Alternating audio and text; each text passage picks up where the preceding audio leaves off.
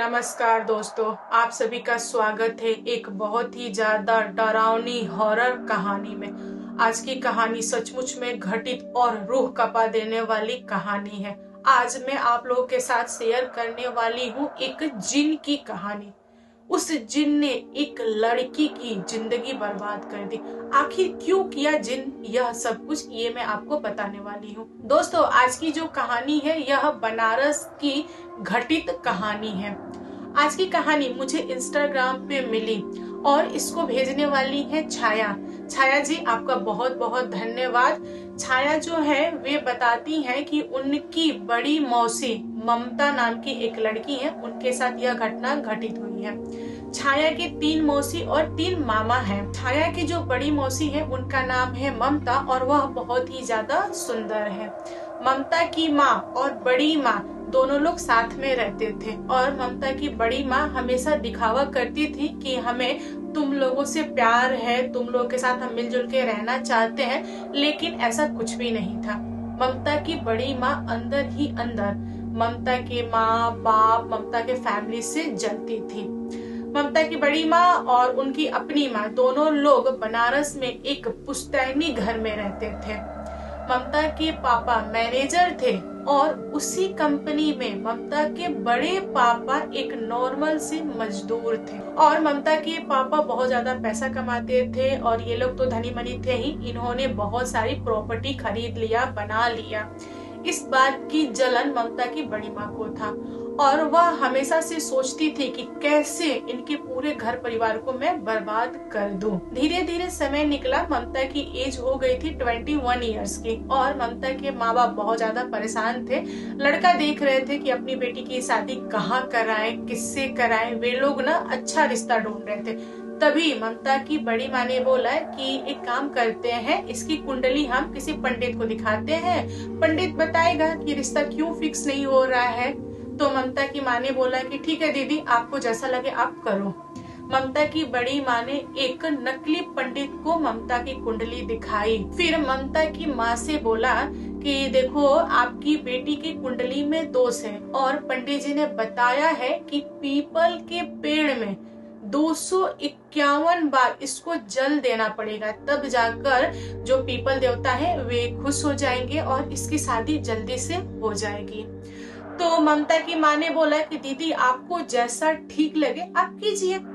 ठीक उसके अगले दिन से ममता की बड़ी माँ ममता को लेके जाती थी भरी दोपहरी में एक पीपल के पेड़ के नीचे जल देने के लिए और यह चीज लगातार चलते रहा। 250 बार जब जल ममता ने डाल दिया पीपल के पेड़ में, तब उसको अजीब गरीब सपने दिखाई देने लगे और उसकी जो बॉडी थी ना इतनी ज्यादा खराब हो गई थी कि वह बेड छोड़ के उठ नहीं पा रही थी। फिर भी ममता की बड़ी माँ जबरन, जो होता है ना आखिरी जल 251वां, वो डलवाने गई।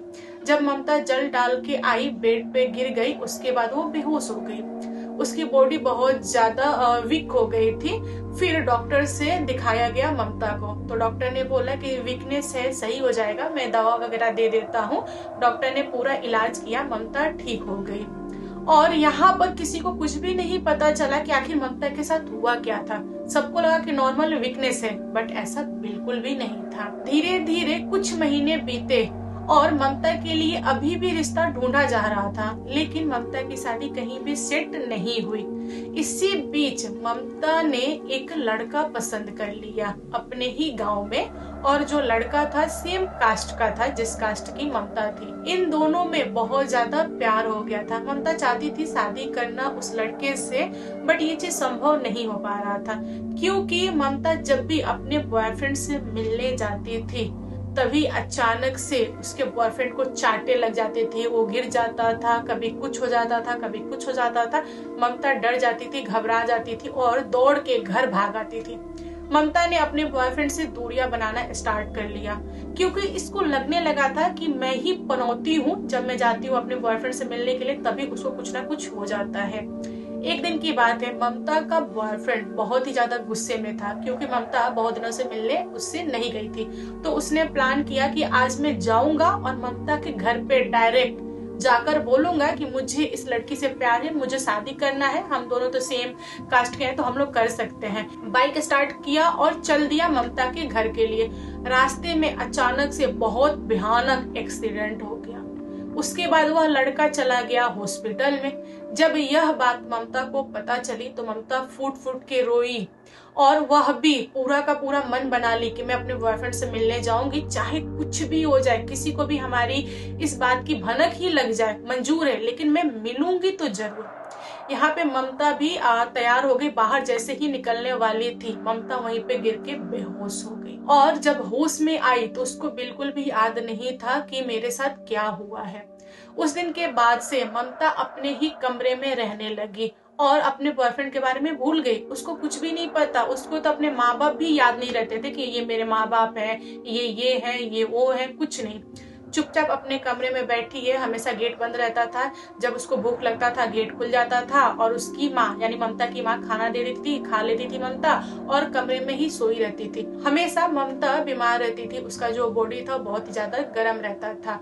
लोगों को ऐसा लगने लगा था कि ममता का जो मानसिक स्थिति है वो ठीक नहीं है। सारे लोगों ने धीरे धीरे डॉक्टर को दिखाया। डॉक्टर का भी कुछ जवाब नहीं आता था। डॉक्टर बोलता था कि ये ठीक है, इसको फीवर भी नहीं है, फिर भी इसकी बॉडी गर्म है, हमें नहीं समझ रहा है, आपकी बेटी एकदम परफेक्ट है, बढ़िया है। डॉक्टर ने भी मना कर दिया क्योंकि कोई प्रॉब्लम था ही नहीं, तो डॉक्टर क्या रिप्लाई दे। फिर भी ममता सबसे मिलना जुलना बंद कर दी, कमरे में पड़ी रहती थी। ममता की जो माँ थी बहुत ज्यादा चिंतित रहती थी। वह दिन रात अपनी बेटी के बारे में ही सोचती थी। एक रात की बात है, ममता की माँ उठी वॉशरूम के लिए और अपनी बेटी के कमरे से गुजर रही थी, होता है ना बाजू से गुजर रही थी।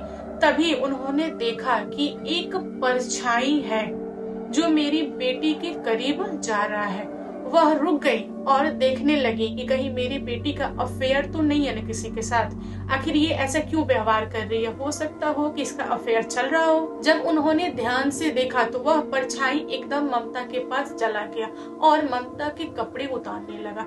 तब इनका माथा ठनक गया क्योंकि कोई भी माँ यह बर्दाश्त नहीं कर सकती कि उसके आंखों के सामने उसके बेटी के साथ कुछ हो।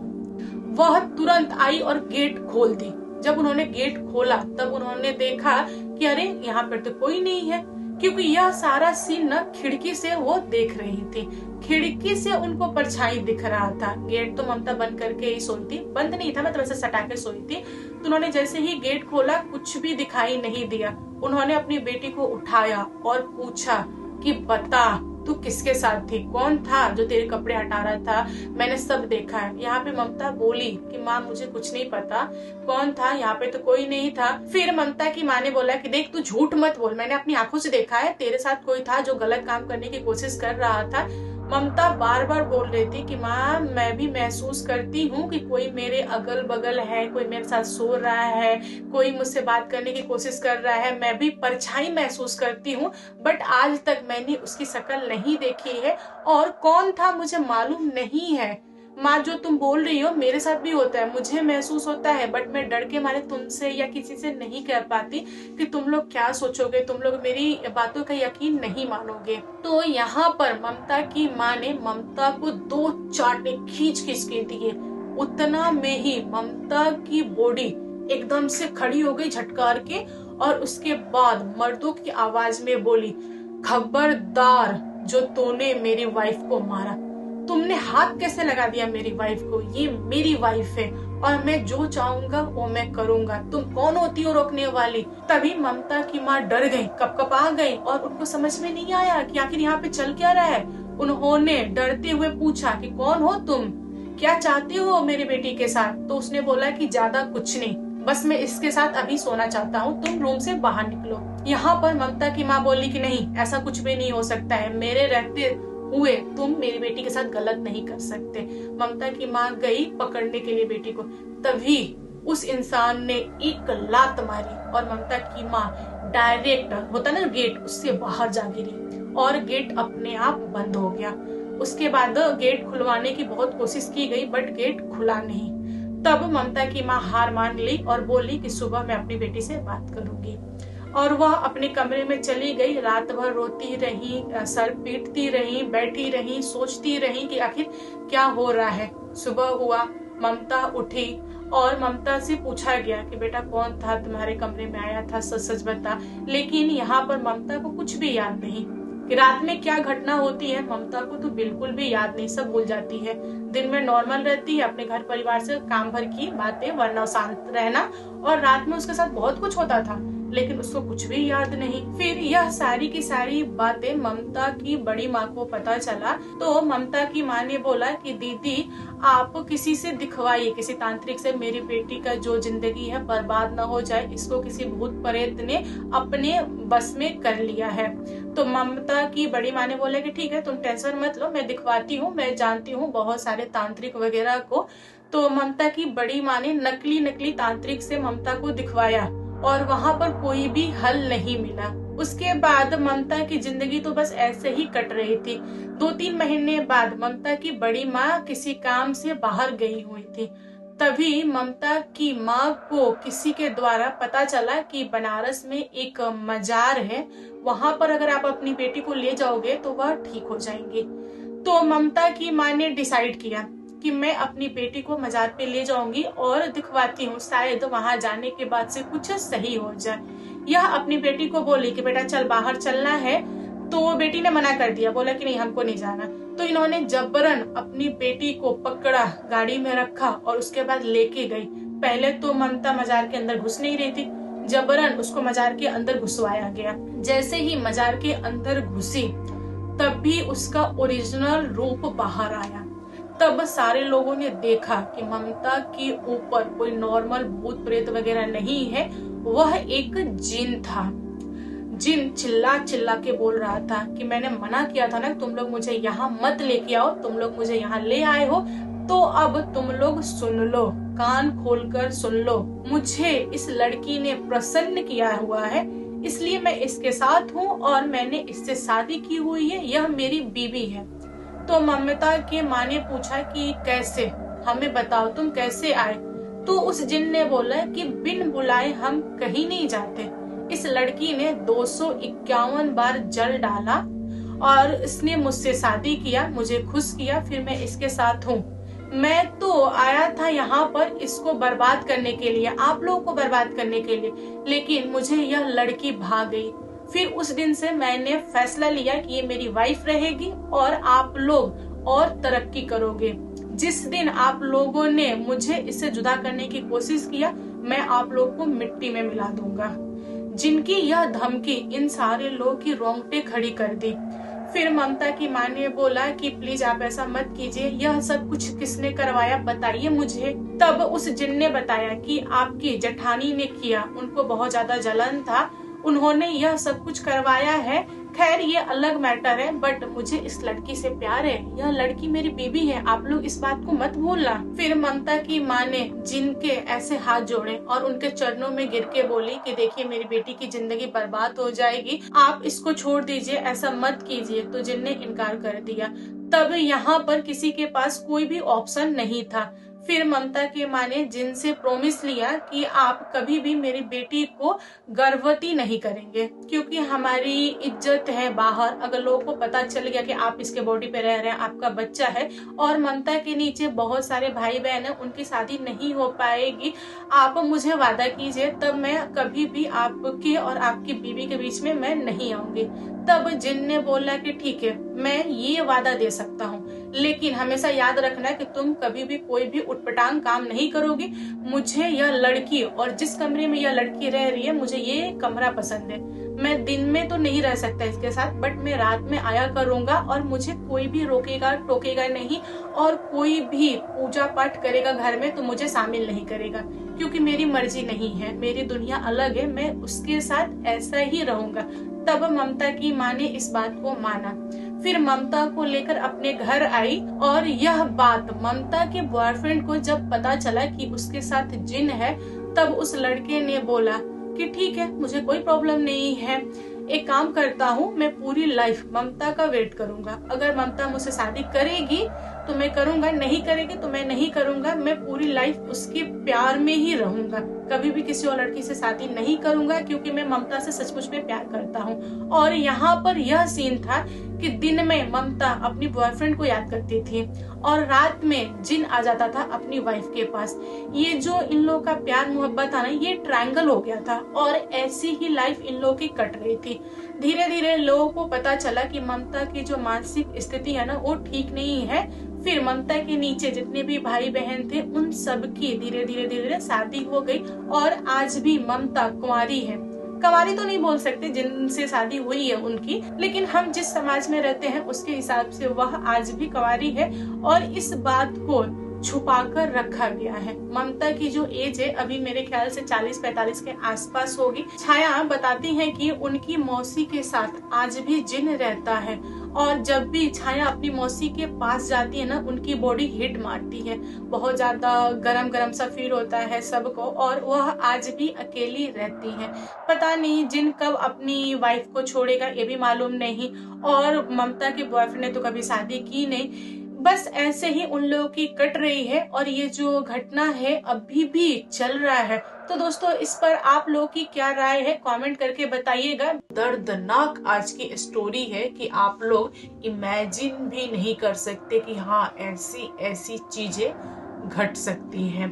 तो चलिए बिना देर किए इस कहानी को स्टार्ट करते हैं। दोस्तों आज की जो कहानी है यह असम की एक परी नाम की लड़की के साथ घटित कहानी है। परी के जो माँ बाप है उनको बेबी नहीं हो रहा था। उनकी शादी को ना 15-16 साल बीत गए थे और उन लोगों ने बहुत सारे डॉक्टर दिखाया, ऊपरवार भी दिखाया, मंदिर जाकर प्रार्थना भी किया कि भगवान एक बच्चा हमें दे दो, हमारा कोख सूना है।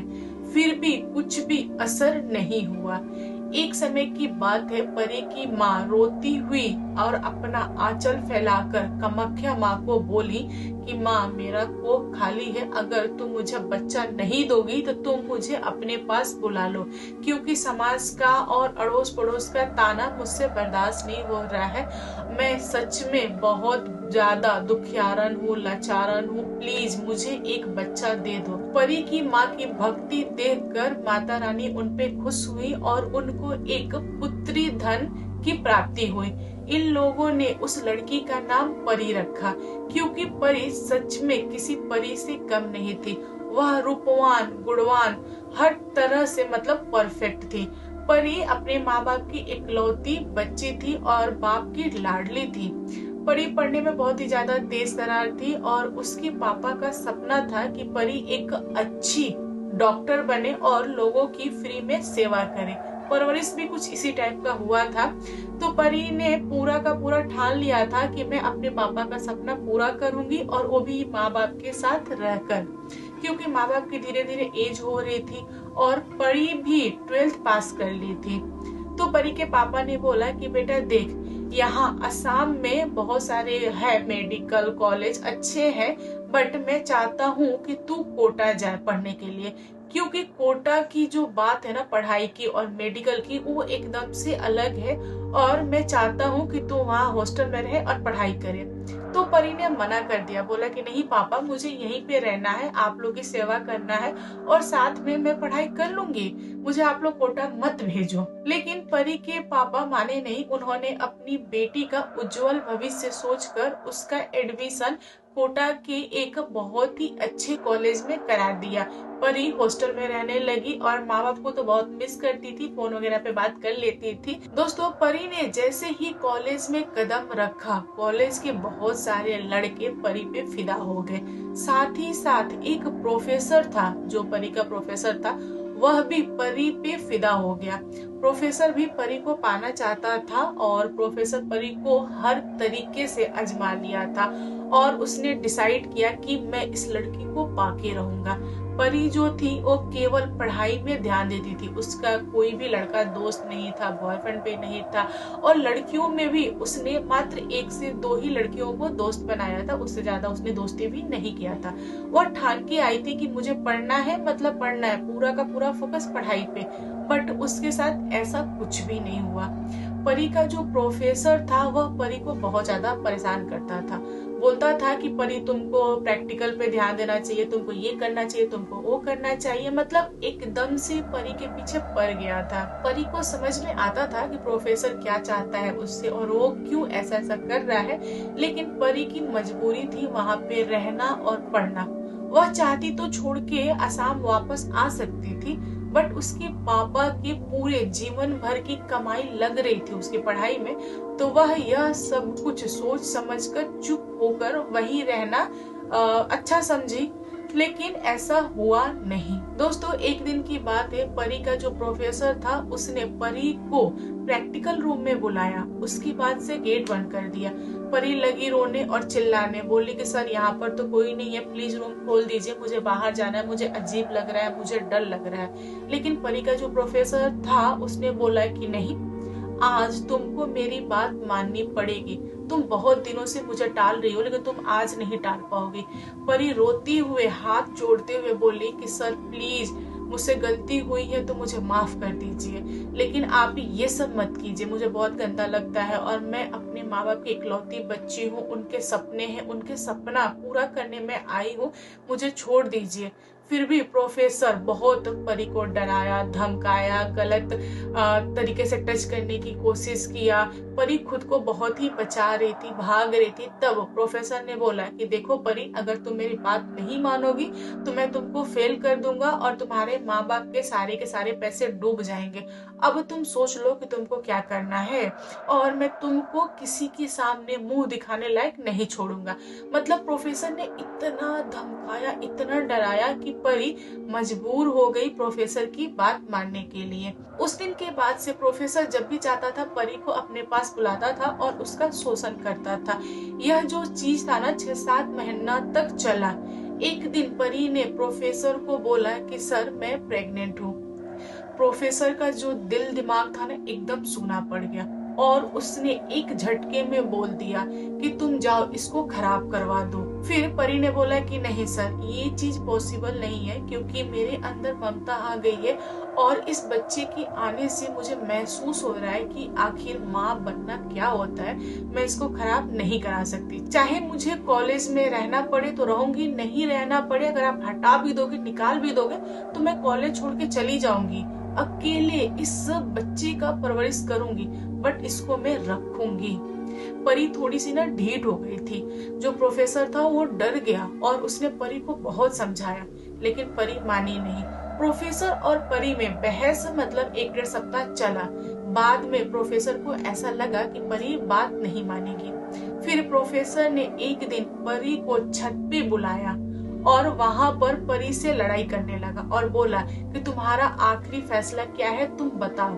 तब परी ने बोला कि मेरा आखिरी फैसला है कि मैं ये कॉलेज छोड़ के जा रही हूँ और अपने माँ बाप को सारा सच बताऊंगी, उनके साथ रहूंगी और इस बच्चे का परवरिश करूंगी, और आज के बाद से मैं आपका फेस कभी भी नहीं देखूंगी।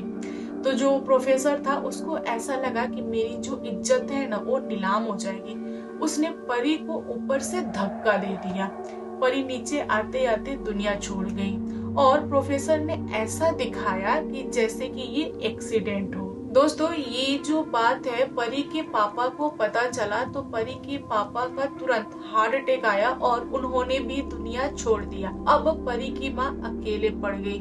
परी की माँ इतनी रोई कि उनको आंखों से दिखाई देना कम हो गया।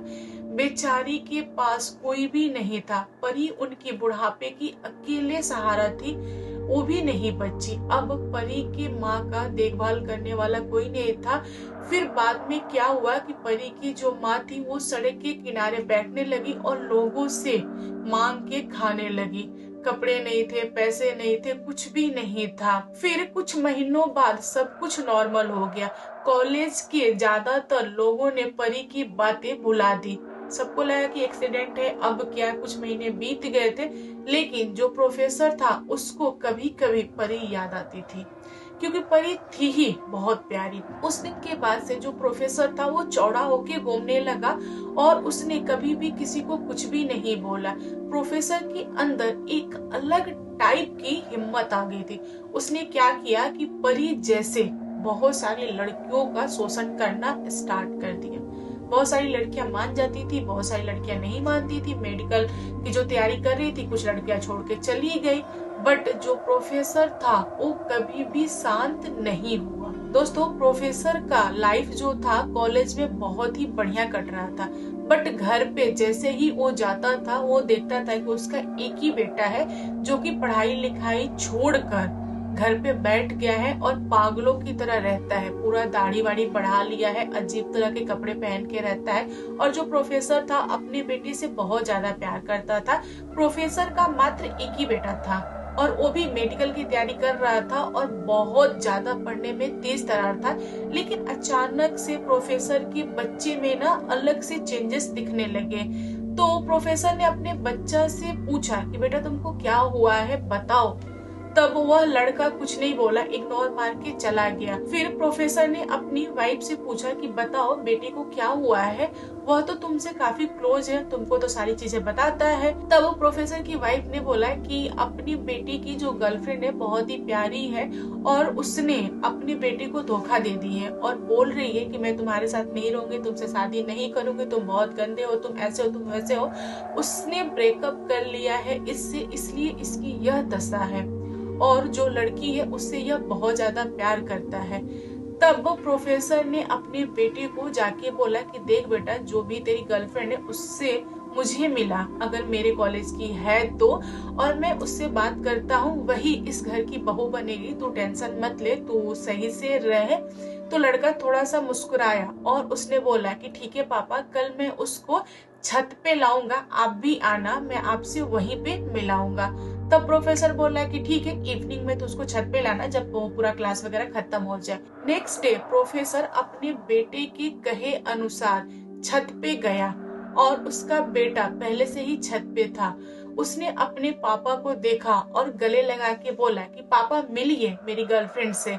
तो प्रोफेसर बगल में देखा, वहां पे कोई नहीं था। उसने पूछा कि कहाँ है तुम्हारी गर्लफ्रेंड, दिख तो नहीं रही। फिर उसने बोला कि पापा सामने ही तो खड़ी है, आपको नमस्ते बोल रही है।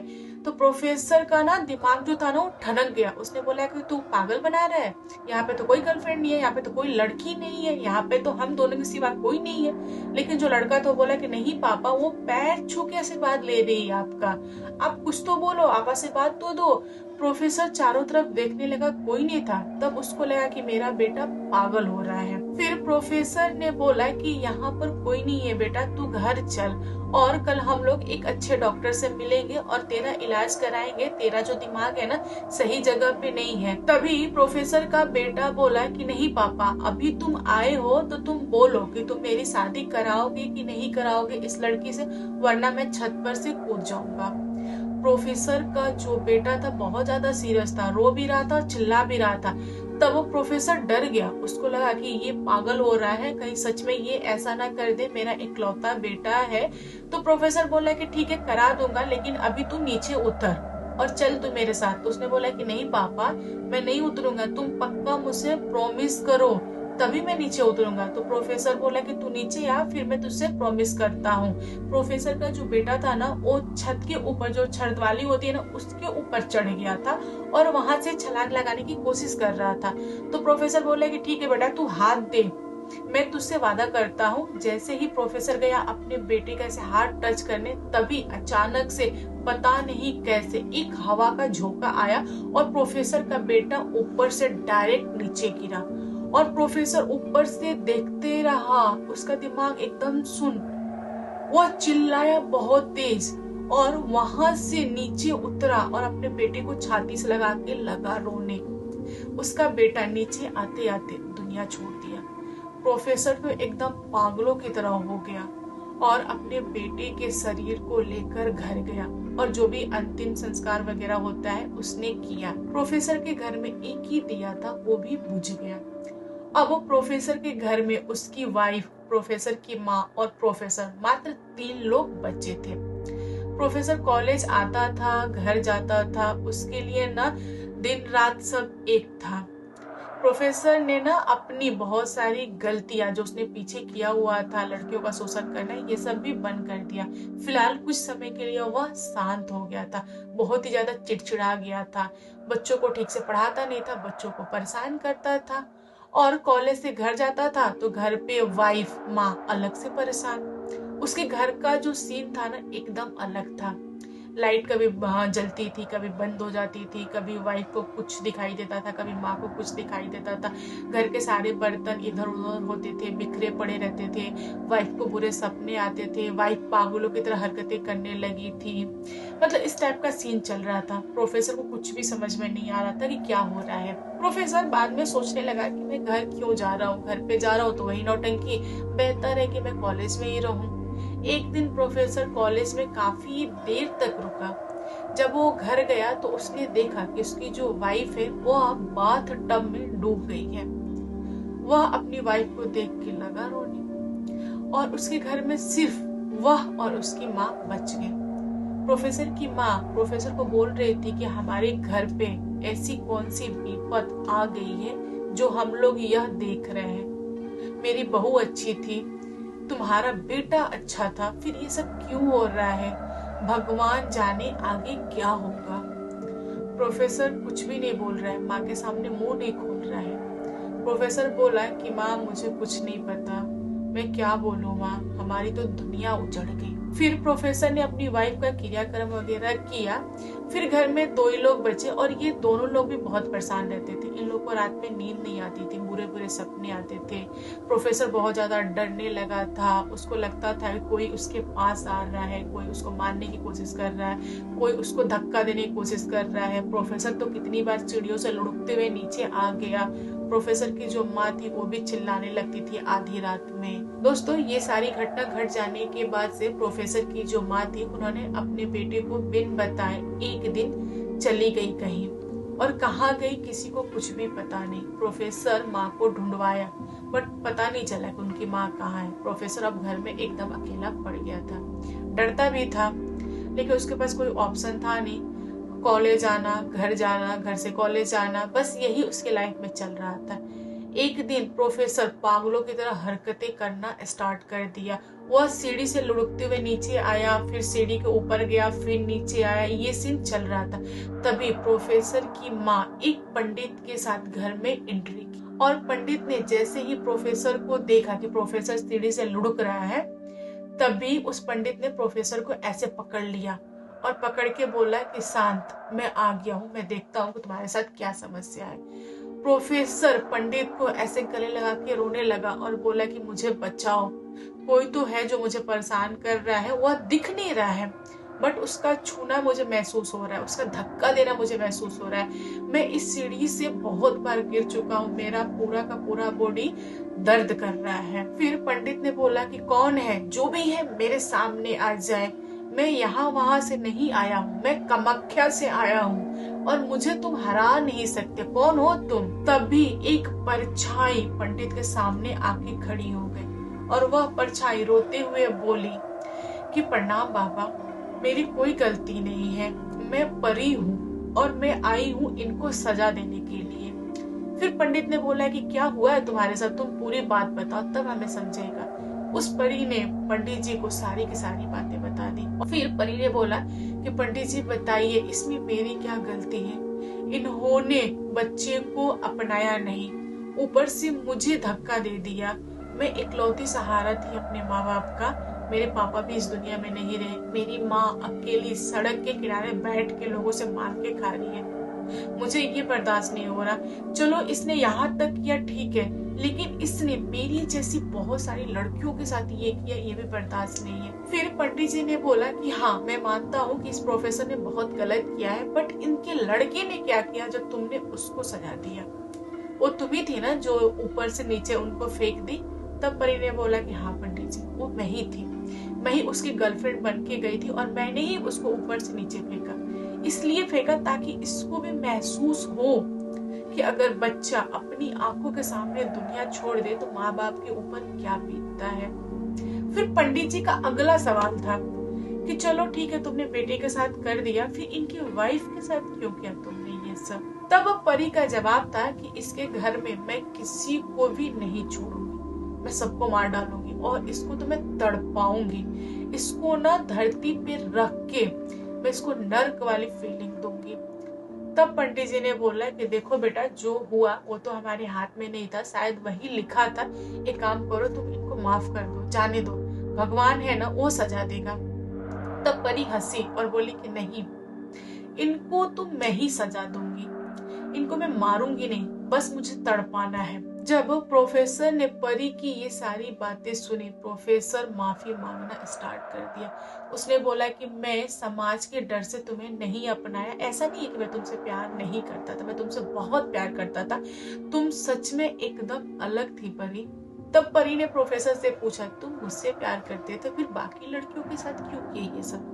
मेरे चले जाने के बाद से भी तुमने बहुत लड़कियों का यूज किया है, प्लस तुमने अपना गुनाह कभी बताया नहीं किसी को, तुमने तो एक्सीडेंट दिखा दिया, तुम माफी के लायक नहीं हो। परी ने फिर से प्रोफेसर को उठा के पटका। परी प्रोफेसर को जकड़ ली और छत के ऊपर लेके गई। पंडित जी पीछे पीछे दौड़ रहे हैं, फिर भी परी घसीटते हुए लेके गई और ऊपर से नीचे फेंक दी। सोचो, 3-4 मंजिल से अगर किसी को नीचे फेंका जाए तो फिर क्या उसकी हालत होगी। जो प्रोफेसर था वो दुनिया नहीं छोड़ा, बट वो अपंग हो गया। उसने ना चारपाई पकड़ ली। जो पंडित जी आए थे वे काफी जानकार थे, उन्होंने मंत्र वगैरह पढ़ा, फिर परी को अपने कैद में लिया और उसके बाद से प्रोफेसर की माँ बच गई। जो प्रोफेसर था वो तो चारपाई पकड़ लिया। प्रोफेसर की माँ ने प्रोफेसर का सेवा करना स्टार्ट कर दिया, फिर भी प्रोफेसर सही नहीं हुआ। वो सब कुछ देख सकता था बट कुछ एक्शन नहीं कर सकता था। जैसे होता है कि हाथ पैर डुला रहे हैं, हिला रहे हैं, कुछ ऐसा कर सकते हैं, बिल्कुल भी नहीं। परी तो कैद में आ गई थी पंडित जी के, बट परी को थोड़ी तो शांति थी कि हाँ चलो, मैंने कम से कम थोड़ा तो बदला लिया। पंडित जी परी को कामाख्या लेके आए और उसके बाद परी का क्या हुआ हमें ये चीज नहीं पता। ये जो कहानी है ना, बहुत ही ज्यादा खतरनाक और दर्दनाक कहानी है। ऐसा बहुत ही कम होता है, लेकिन ये होना नहीं चाहिए, ना हो तो ही बेहतर है। तो दोस्तों, आप लोग बताओ कैसी लगी आज की कहानी। आज मैं आप लोगों के साथ कोई नॉर्मल भूत प्रेत डायन की कहानी नहीं शेयर करने वाली। आज मैं आप लोगों के साथ शेयर करूंगी एक ऐसी प्रेत आत्मा की कहानी जो कि एक इंसान के पीछे पड़ के उसका जीना हराम कर दिया। दोस्तों, आज की जो कहानी है वह असम के एक स्नेहा नाम की लड़की के साथ घटित कहानी है। स्नेहा दिखने में बहुत ही ज्यादा सुंदर थी और पढ़ने में भी तेज तर्रार थी। स्नेहा ने 12th करके अपने बॉयफ्रेंड से शादी कर लिया। शादी के बाद स्नेहा ने अपने पति को बोला कि मुझे ग्रेजुएशन करना है। तो जो स्नेहा का पति था उसने बोला कि ठीक है, जैसा तुमको लगे तुम करो। स्नेहा का एडमिशन ग्रेजुएशन में हो गया और स्नेहा और उसका पति एकदम से प्यार से अकेले रहने लगे। क्योंकि इन दोनों ने शादी किया हुआ था, तो जो घर वाले थे उन लोगों ने इन दोनों को एक्सेप्ट नहीं किया, घर से निकाल दिया। ये दोनों अपनी अपनी पढ़ाई पूरी कर रहे थे, शहर में एक छोटा सा घर लेकर वहीं पे रह रहे थे। इनकी जो लाइफ थी ना, एकदम मजे में अच्छे से कट रही थी। शादी को 1 से 1.5 साल हुए थे, तभी स्नेहा को ऐसा फील हुआ कि उसके साथ कोई है जो उसके पीछे पीछे चलता है, उसको डराने की कोशिश करता है। स्नेहा तो थी ढीठ, वो किसी से डरती नहीं थी, फिर भी उसको ना अंदर ऐसा महसूस होने लगा। स्नेहा पीछे मुड़ मुड़ के देखती थी तो कोई नहीं था। जब आगे चलती थी उसको लगता था कि कोई उसका पीछा कर रहा है, और जो उसका पीछा कर रहा है वह एक इंसान है। स्नेहा हमेशा पीछे मुड़ के देखती थी, कोई दिखता नहीं था, तो पूछती थी कौन है जो मेरा पीछा कर रहा है। स्नेहा भूत प्रेत वगैरह में बिल्कुल भी बिलीव नहीं करती थी, इसलिए उसका जो ध्यान था कभी भी भूत प्रेत वगैरह के तरफ नहीं जाता था। स्नेहा ने अपने पति को भी नहीं बोला ये बात, क्योंकि उसको ऐसा लगता था कि उसका जो पति है उसको बोल देगा कि तुम इमेजिन कर रही हो कोई तुम्हारा पीछा कर रहा है, ये है वो है, मतलब वो टाल देता। इसलिए स्नेहा ने अपने पति को नहीं बोला। स्नेहा और उसके पति के बीच में छोटी मोटी लड़ाइयां भी होना स्टार्ट हो गई। इन दोनों का जमता नहीं था, जब देखो तब लड़ लेते थे, एक उधर सो रहा है दूसरा इधर सो रहा है।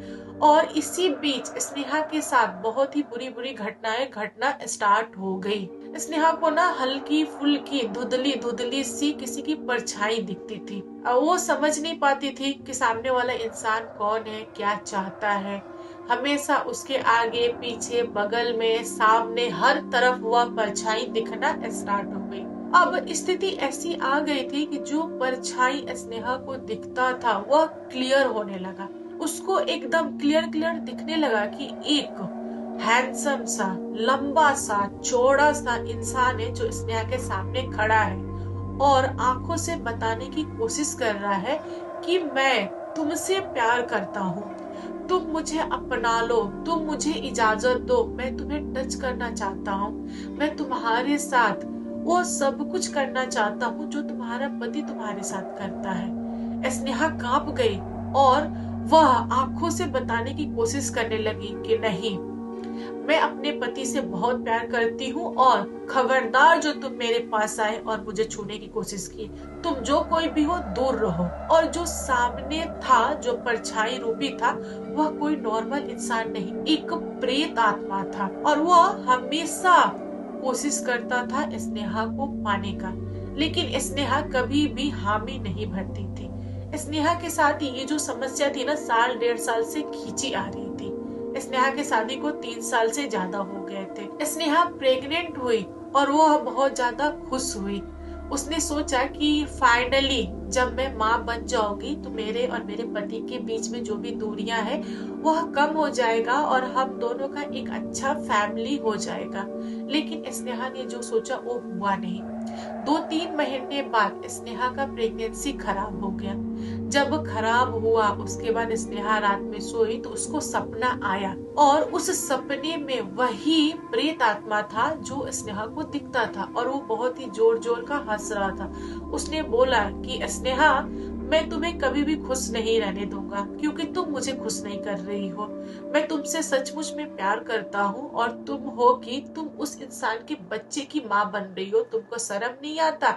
इतना सब कुछ करता हूँ कि ताकि तुम दोनों अलग रहो, तुम दोनों के बीच में लड़ाई करवाता हूँ, उसके बावजूद भी तुम उसी से जाके मिल रही हो, सट रही हो। मुझे ये मंजूर नहीं है। तुमको मुझसे प्यार नहीं है तो ये अलग चीज है। मैं तुम्हारा उस दिन तक वेट करूंगा जब तक तुम मजबूर होके मुझसे प्यार नहीं कर लेती और अपने पति को छोड़ नहीं देती।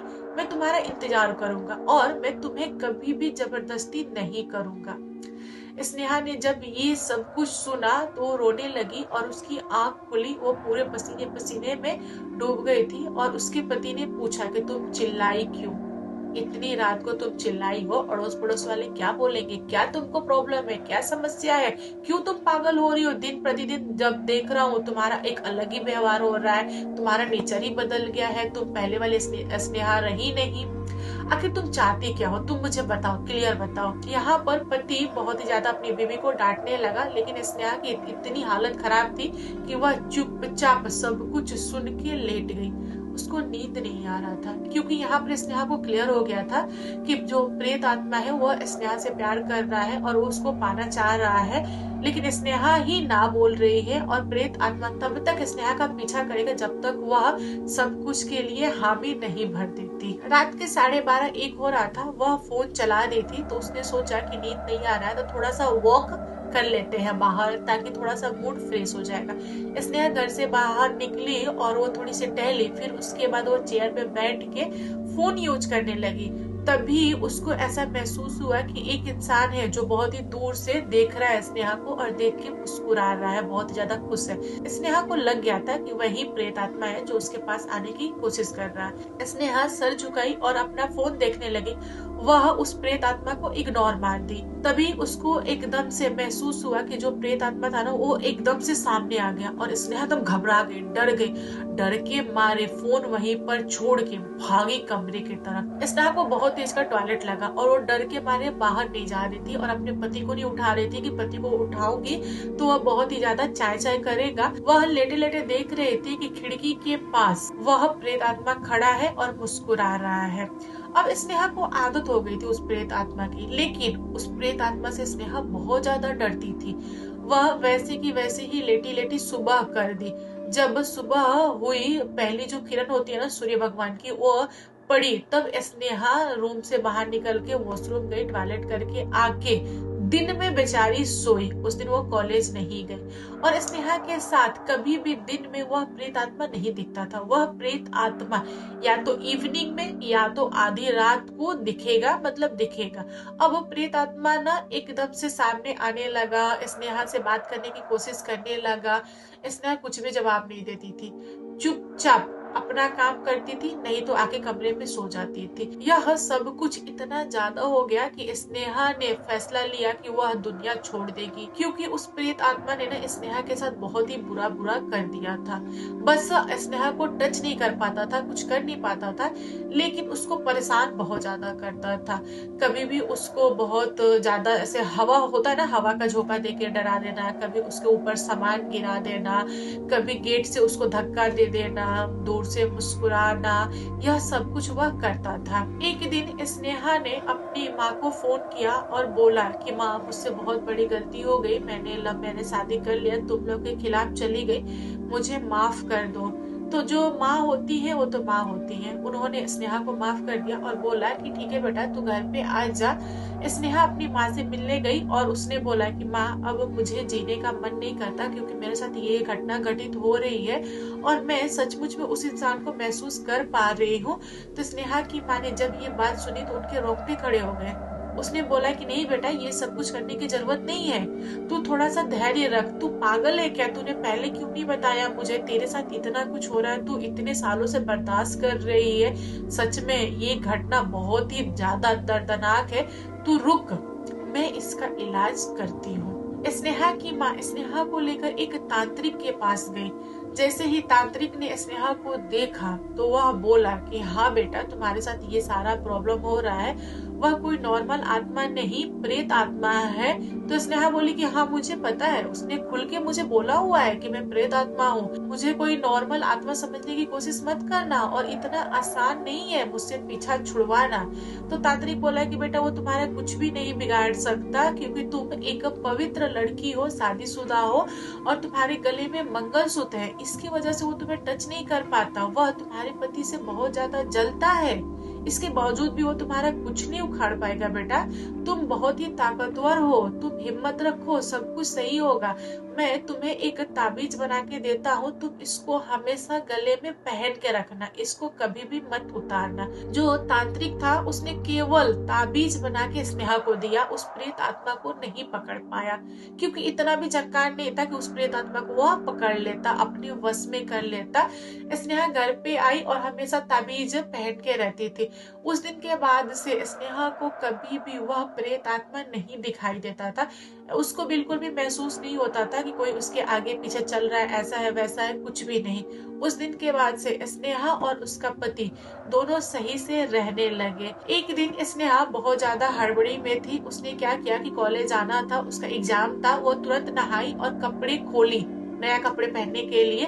तभी क्या हुआ कि कपड़े के साथ साथ ताबीज भी निकल गया और ताबीज वही पुराने वाले कपड़े में रह गया। स्नेहा ने नए कपड़े डाले और कॉलेज भाग के गई, एग्जाम दे के आई, घर पे इतनी थकी थी कि वो सो गई। उसको बिल्कुल भी याद नहीं था कि मेरा ताबीज मेरे गले से निकल गया है।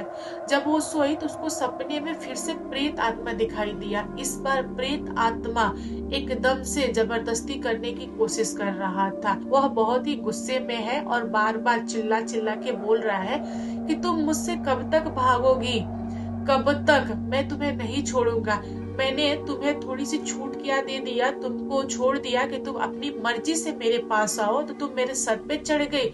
अब मैं तुमको आजाद नहीं छोड़ूंगा, मैं तुम्हारे साथ जबरन ही सही, लेकिन वो सब कुछ करूंगा जो मैं तुमसे चाहता हूँ। स्नेहा चिल्ला रही थी, सपने में रो रही थी। तभी स्नेहा का पति आया, उसको ऐसे तड़पते हुए उसने देखा तो बोला कि अरे क्या हुआ तुमको, उठो उठो।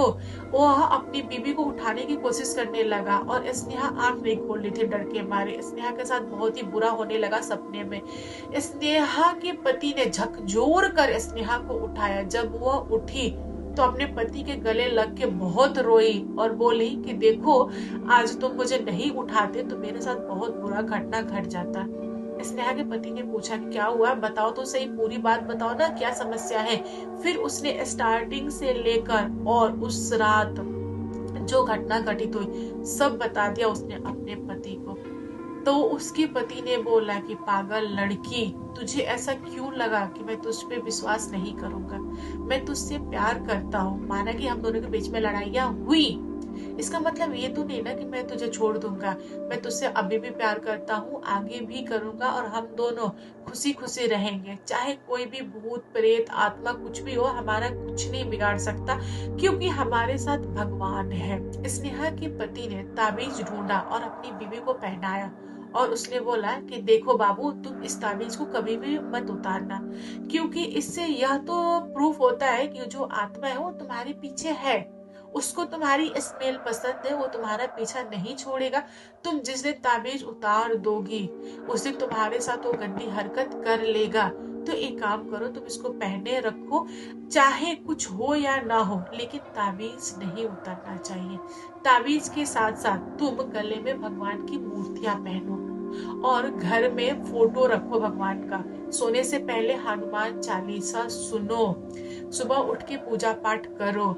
हमारे पास पॉजिटिव एनर्जी रहेगा तो नकारात्मक शक्तियां कुछ भी नहीं बिगाड़ सकती। और अगले दिन से स्नेहा ने इन सारी चीजों को करना स्टार्ट कर दिया, क्योंकि लड़की बहुत ज्यादा डरी थी, और जो प्रेत आत्मा था वह स्नेहा का पीछा आज भी नहीं छोड़ा। आज की जो कहानी है ये खुद स्नेहा ने मुझे इंस्टाग्राम पे लिख के भेजा, और उसने बोला कि दीदी प्लीज इस स्टोरी को आप ऑडियंस के साथ शेयर कीजिए, और उनसे पूछिए कि उन लोगों का क्या कहना है इसके ऊपर। मैंने जब ये कहानी सुनी तभी मुझे लगा कि यह कोई इमेजिनेशन नहीं है, यह सच में एक प्रेत आत्मा का काम है, क्योंकि प्रेत आत्मा होते हैं बहुत ही ज्यादा ताकतवर, और वो जो चाहते वो तो पाके ही रहते हैं। खैर, आज तक स्नेहा के साथ कभी भी कुछ भी बुरा नहीं हुआ है, और ये जो कहानी है ना, ये बहुत पुरानी कहानी नहीं है, हाल फिलहाल की कहानी है। आज की जो कहानी है ये मेरी दादी के बेस्ट फ्रेंड, जिनका नाम सीता है, उनके साथ घटित कहानी है। दोस्तों, उनका नाम सिर्फ सीता नहीं, सचमुच में वे सीता ही है। मैं उनसे मिल चुकी हूँ, उनका जो दिल है बहुत ही ज्यादा सॉफ्ट है। और ये चीज उन्होंने मुझे खुद बताई कि बेटा, जब मैं 16-17 साल की थी और मेरी शादी का डेट हो गया था फाइनल, मेरी शादी भी हुई, और शादी के बाद मेरा गावना भी हुआ। तो जब गावना होता है ना, तो जो लड़कियां होती हैं दुल्हन, अपने माँ बाप, भाई बहन, दादी चाचा मौसी, मतलब जितने भी रिलेटिव होते हैं, उनके गले पकड़ के रोती हैं, क्योंकि विदाई के बाद से वे ससुराल में रहेंगी, और जितना भी मैके वाले लोग हैं सब वहीं पे छूट जाएंगे। तो जो सीता जी थी, वे अपने घर में इकलौती थी, अपने माँ बाप की इकलौती लड़की थी, और सीता के पापा ने दहेज में यह तय किया था ससुराल वालों से, मेरी बेटी आपके यहाँ तो जा रही है, और इसके हिस्से में जितनी भी प्रॉपर्टी आएगी, यानी कि जमीन, घर और जो भी ज्वेलरी हो, सब आप लोग का ही होगा। क्योंकि यूपी बिहार में ना बहुत ही ज्यादा दहेज चलता है, अभी भी कहीं कहीं चलता है, वैसे बहुत सारी जगहों पे ये चीज बंद हो गया है। तो पहले के समय ना बहुत ज्यादा दहेज चलता था, लोग कुछ ना कुछ तो लेते ही थे। यहाँ पर सीता जी की प्रॉपर्टी देकर सीता की तो शादी हो गई, लेकिन यह बात सीता की चाची को अच्छा नहीं लगा। सीता की चाची चाहती थी कि जितना भी सीता की प्रॉपर्टी थी वह उनके बेटे को चला जाए, क्योंकि उनको लड़का था और सीता को तो कोई भाई नहीं था। फिर जो सीता की चाची थी, मन ही मन यह सब कुछ सोचती रही, लेकिन उन्होंने कभी भी अपनी जेठानी को नहीं बोला, सीता को नहीं बोला कि मुझे लालच है तुम्हारी प्रॉपर्टी को लेकर। नॉर्मल सी बात है, कोई नहीं बोलेगा। और जो सीता की चाची थी वह एक बहुत ही बड़ी हाकन डायन थी। हाकन डायन मीन्स होता है कि एक ऐसी डायन जिसको डायन प्रथा मालूम हो, वह चाहे तो किसी को पल भर में बीमार कर दे, पल भर में ठीक कर दे, किसी को मारने की भी शक्ति रखे और किसी को जिलाने की भी शक्ति रखे, उसको बोलते हैं हाकन डायन, मतलब खतरनाक वाली डायन। फिर जब सीता का गावना होना स्टार्ट हो गया और वह लोगों को पकड़ पकड़ के लगी रोने, उसी समय सीता की चाची ने सीता का जो आंचल था ना, उसको ऐसे मसल दिया और एक आत्मा सीता के आंचल में बांध दिया। वह जो आत्मा था वह सीता की बॉडी पे आ गया और हमेशा सीता के साथ रहने लगा। सीता ससुराल में आई तो वह हमेशा बीमार रहती थी। ससुराल वाले ताना देते थे कि यह लड़की जब से आई है सिर्फ बीमार रही है, ऐसा लग रहा है कि इसके घर वालों ने भूत प्रेत वगैरह देके इसको विदा किया है। सीता इतनी सॉफ्ट दिल की थी कि किसी की भी बातों का जवाब नहीं देती थी, वह चुपचाप रोती रहती थी। सीता के ससुराल वाले बोलते थे कि तू अपने मैके जा और वहीं पे रह, अपनी प्रॉपर्टी पे रह, आगे तू चल, पीछे से हम लोग आते हैं, क्योंकि हम सारे लोग एक साथ जाके वहां नहीं रह सकते। सीता की जो चाची थी वह और उनके बेटे, सीता के चाचा, सारे लोग लाठी लेके तैयार थे कि सीता जिस दिन आएगी प्रॉपर्टी अपना लेने, उस दिन हम सीता को नहीं छोड़ेंगे। क्योंकि पट्टीदार लोग जो होते हैं ना यूपी बिहार के, वो लोग बहुत ही ज्यादा दुष्ट होते हैं। सीता की प्रॉपर्टी थी वह, फिर भी सीता को लेने नहीं दे रहे थे। और इधर सीता को ससुराल वाले बहुत ज्यादा बुरा भला बोल रहे थे कि तुम अपनी प्रॉपर्टी नहीं ले रही हो, तुम्हारे बाप ने हमारे साथ धोखा किया है, ठीक है हम तुम्हारे यहाँ जाके रहेंगे नहीं, एक काम करो तुम अपने मैके जाओ और अपनी सारी प्रॉपर्टी बेचो और जो भी पैसा है लेके आओ ससुराल में, हम उसके बदले में नया प्रॉपर्टी खरीदेंगे, वरना तुमको हम अपने घर में नहीं रखेंगे। जो बेचारी सीता थी वो कहीं की नहीं थी, ना ससुराल की थी ना मैके की थी। मैके जाती तो चाचा चाची परेशान करते, ससुराल में सास ससुर परेशान कर रहे थे। बेचारी की किस्मत फूटी थी, उसको सिर्फ एक ही चीज आता था, सिर्फ रोना और रोना। इन चीजों के बीच में एक चीज सीता के साथ अच्छा था कि जो सीता के पति थे वो बहुत ही अच्छे इंसान थे। उन्होंने बोला अपनी वाइफ को कि देखो हमको तुम्हारी प्रॉपर्टी का लालच नहीं है, तुम बहुत अच्छी हो, तुम हमारी इतनी सेवा सत्कार करती हो, यही काफी है मेरे लिए, हम दोनों प्यार से रहेंगे। फिर सीता के सास ससुर ने सीता को घर से निकाल दिया। सीता के पति ने एक मड़ई बनाया, उसमें अपनी बीवी को लेके रहने लगे। कुछ महीने बीते, सीता हो गई प्रेग्नेंट। जैसे ही सीता को पता चला कि वह प्रेग्नेंट है, वह बहुत ज्यादा खुश हो गई। उसको एक उम्मीद लगा कि बच्चा होने के बाद से सास ससुर बच्चे को अपना लेंगे। फिर सीता अपने पे ध्यान रखना स्टार्ट कर दी। 4-5 महीने बीतने के बाद से सीता का मिसकैरेज हो गया। सीता फुट फुट के रो रही थी, उसको पता नहीं चला कि आखिर ये क्यों हुआ। फिर कुछ महीनों बाद दोबारा सीता प्रेग्नेंट हुई, सेम घटना घटित हुई। फिर 1-1.5 साल बाद सीता दोबारा प्रेग्नेंट हुई। यहाँ पर सीता को बहुत ही बुरे बुरे सपने आने लगे। उसको ऐसा लग रहा था कोई उसको मार रहा है, पीट रहा है, जबरन उसका बच्चा छीन रहा है। सीता यह बात अड़ोस पड़ोस के लोगों से बोली, तो अड़ोस पड़ोस में ना जो पुराने समय में बुढ़िया होती थी, दादी वगैरह, उन्होंने सजेस्ट किया सीता को कि बेटा एक काम करो, तुम किसी पंडित या तांत्रिक को दिखा लो कि तुम्हारे साथ कोई प्रॉब्लम होगा तो वो लोग हल कर देंगे। यहाँ पर सीता बोली कि ठीक है, लेकिन उसने कभी भी किसी से नहीं दिखाया, क्योंकि वह दुल्हन थी और घर से बाहर निकल नहीं पा रही थी। और अपने पति को बोली तो पति बोली कि ठीक है कभी दिखा दिया जाएगा, हो सकता हो कि तुम्हें कोई प्रॉब्लम हो, वैद वगैरह देखे तो ठीक हो जाए, यह सब फालतू होता है, कुछ भी भूत प्रेत ये सब होता नहीं है। मतलब सीता के पति नहीं मानते थे, सिंपल सा मेरा ये कहना है। बेचारी सीता चुप हो गई। साल भर के बाद से वह दोबारा प्रेग्नेंट हुई। उसके साथ फिर घटना घटित हो गई। यहाँ पे सीता के साथ यह समस्या हो गया था कि वह प्रेग्नेंट तो हो जाती थी, लेकिन जो बच्चे थे वो 2 महीना, 3 महीना, 1 महीना पे खराब हो जाते थे। गांव की औरतें और सीता की सास ताना देने लगी कि इसका तो कोख मराज हो गया है, इसको कभी भी बच्चा नहीं होगा। दोस्तों, कोख मराज का मतलब होता है कि औरत प्रेग्नेंट हो जाती है बट उसका बच्चा नहीं बचता है, उस पे किसी न किसी भूत प्रेत वगैरह का साया होता है। जैसे ही उस भूत प्रेत को पता चलता है कि औरत प्रेग्नेंट है तो उस बच्चे को वो छीन ले जाता है और मिसकैरेज हो जाता है, उसको कहते हैं कोख मराज। इसका बस एक ही उपाय है कि जितना जल्दी हो सके उस आत्मा से छुटकारा पा लेना। लेकिन यहाँ पर सीता को ये मालूम नहीं था कि उसके बॉडी पर कोई ना कोई आत्मा है। वह नॉर्मल रहती थी, बस उसके साथ घटना तब घटित होता था जब सीता प्रेग्नेंट होती थी। तभी होता था, अदरवाइज ये चीज होता नहीं था। सीता ने गांव की औरतों की बातें सुनकर बहुत सारे कुंड में जाके नहा भी लिया। बहुत सारे लोग बोलते हैं कि कोई कुंड होता है पानी वानी का, उसमें नहा लो तो आपका कोख मराज खत्म हो जाता है। जिंदा छोटी सी मछली निगल जाओ, मतलब बिना पानी वानी का, तो उससे भी कोख मराज सही हो जाता है। ऐसे बहुत सारे अंधविश्वास वाली चीजें सीता ने किया, क्योंकि उसको बच्चा चाहिए था, उसका कोख सुना था। सास ससुर उसको नहीं मानते थे, मैका वो जा नहीं सकती थी, वो तो सिर्फ और सिर्फ प्रॉब्लम में ही थी, लेकिन कुछ भी हल नजर नहीं आ रहा था। दोस्तों, इतना कुछ हो जाने के बाद से सीता शांत बैठी थी, रो रही थी। तभी उसको अचानक से एक आवाज सुनाई दी कि भिक्षा दो। सीता घूंघट लेके गेट के सामने आई और उसने देखा कि सामने एक इंसान है जो बैल के साथ घूम रहा है और भिक्षा मांग रहा है।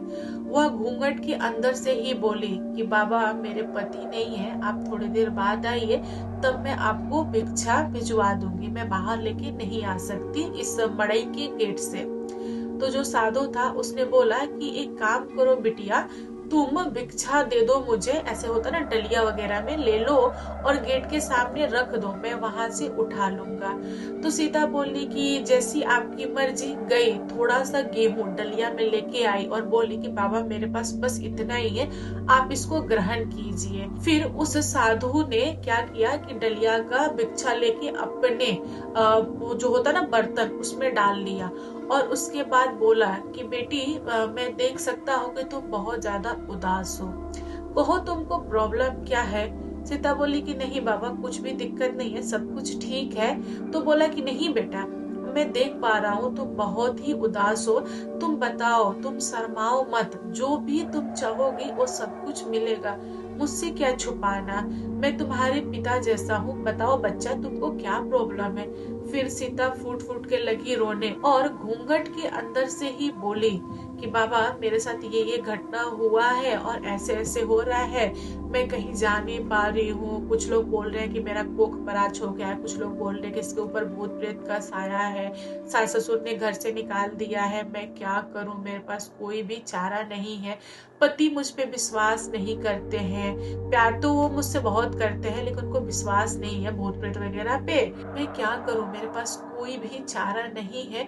अगर आप इन सारी चीजों को ठीक कर सकते हैं तो आपकी बहुत मेहरबानी होगी। तो उस साधु इंसान ने बोला कि बेटा, तुम रो मत, मैं तुम्हारा सारा का सारा दुख हर लूंगा, तुम बस एक छोटा सा काम करो, अपने हाथ से चावल का 2-4 दाना मुझे दे दो, 2-3 लवंग दे दो। क्या सीता गई तो चावल लेके आई, थोड़ा सा लवंग लेके आई, उस साधु महाराज को दी। साधु महाराज ने उस चावल को बनाया, लवंग बनाया और बोला कि लो बेटा, इस लवंग को अपने बाजू पे बांध लो, एक लवंग अपने तकिया के नीचे रख लो, एक लवंग तुम पानी के साथ घोट जाओ, तुम्हारे शरीर में जितनी भी समस्याएं हैं सब हट जाएंगी। यहाँ पे सीता बोली कि बाबा, आपको कैसे पता कि मेरे शरीर में बहुत सारी समस्याएं हैं। तो उस साधु महाराज ने बताया कि देखो बेटा, यह सब कुछ तुम्हारे साथ सालों से हो रहा है क्योंकि इस चीज को दिया गया है, तुम्हारे ऊपर एक आत्मा है, जब भी तुम प्रेग्नेंट होती हो तब वो तुम्हारे बच्चे को ले लेता है, क्योंकि उस आत्मा को तुम्हारे बच्चे का खून उसके मुंह लग गया है और वो कभी नहीं चाहता कि तुम्हारा कोई भी बच्चा हो, घर परिवार बसे। सीता रोती हुए पूछी कि कैसे बाबा, बताइए, आखिर मैंने क्या किया है, क्यों ये सब कुछ हो रहा है मेरे साथ। तब उस साधु ने बताया कि देखो बेटा, तुम बहुत अच्छी हो, तुमने कभी भी कुछ भी नहीं किया है, तुमने सबके साथ अच्छा ही किया है, लेकिन तुम्हारी चाची ने यह सब कुछ तुम्हारे साथ किया। जब तुम्हारी विदाई हो रही थी तो तुम्हारा आंचल मसल के इस आत्मा को तुम्हारे साथ लगा दिया ताकि तुम्हारा बच्चा ना हो और वह बच्चा आकर तुम्हारी प्रॉपर्टी ना ले, क्योंकि चाची को पता है कि तुम लड़की हो, तुम जाके अपने हक के लिए नहीं लड़ सकती, लेकिन तुम्हारा होने वाला बच्चा तो लड़ सकता है ना, वह तो तुम्हारा प्रॉपर्टी ले सकता है ना। इसी वजह से तुम्हारी चाची ने यह सब कुछ किया है। यहाँ पर सीता का माथा ठनक गया। उसने बोला कि नहीं बाबा, हमको प्रॉपर्टी नहीं चाहिए, मैं कभी नहीं जाऊंगी प्रॉपर्टी लेने, बस आप मेरे पे एक कृपा कर दीजिए, मुझे बस एक वारिस चाहिए, कुछ ऐसा कीजिए ताकि मुझे एक बच्चा हो जाए। तब उस साधु महाराज ने बताया कि बेटा एक काम करो, ये 2 कौड़ी लो, एक कौड़ी तुम अपने हाथ में या गले में या कमर में बांध के पहन लो काला धागा में, एक कौड़ी अपने सिरहाने रखो जहाँ पे तुम सोती हो, और जब तुमको ऐसा लगे कि तुम प्रेग्नेंट हो, उस दिन से तुम हनुमान चालीसा पढ़ना स्टार्ट करो और घर में आहुति वगैरह जला के रखो, लुहान जला के रखो। उससे क्या होगा कि घर एकदम तुम्हारा पवित्र हो जाएगा। और घर में गंगा जल छिड़क के रखो, घर में एक तुलसी का पौधा लगाओ, तुम पूजा पाठ करो, तुम्हारे साथ सब कुछ अच्छा होगा। तो सीता ने उस साधु महाराज की सारी बातें सुनी और उनको बोला कि ठीक है महाराज, आपका बहुत बहुत धन्यवाद, आगे मैं ऐसा ही करूंगी। और सीता ने साधु महाराज की कही हुई सारी की सारी बातें मान ली। कुछ साल बाद सीता के 2 जुड़वा बच्चे हुए, एक लड़का और एक लड़की। सीता बहुत खुश थी। दोस्तों, बच्चा होने के कुछ महीनों बाद सीता ने क्या किया कि अपनी प्रॉपर्टी का पेपर बनवाया और अंगूठा लगाकर अपने मैके भिजवा दिया चाची के यहाँ, और यह खबर दिलवा दिया कि चाची, आपने जो कुछ भी किया ठीक नहीं किया, थोड़ी सी प्रॉपर्टी के लालच में आपने इतना कुछ किया, मैं आपको माफ कर रही हूँ, लेकिन भगवान माफ नहीं करेगा, भगवान जरूर न्याय करेगा और मुझे इस पे विश्वास है। दोस्तों, उस दिन के बाद से सीता कभी भी अपने मैके नहीं गई और सीता के सास ससुर भी आगे चलकर सीता को अपना लिए।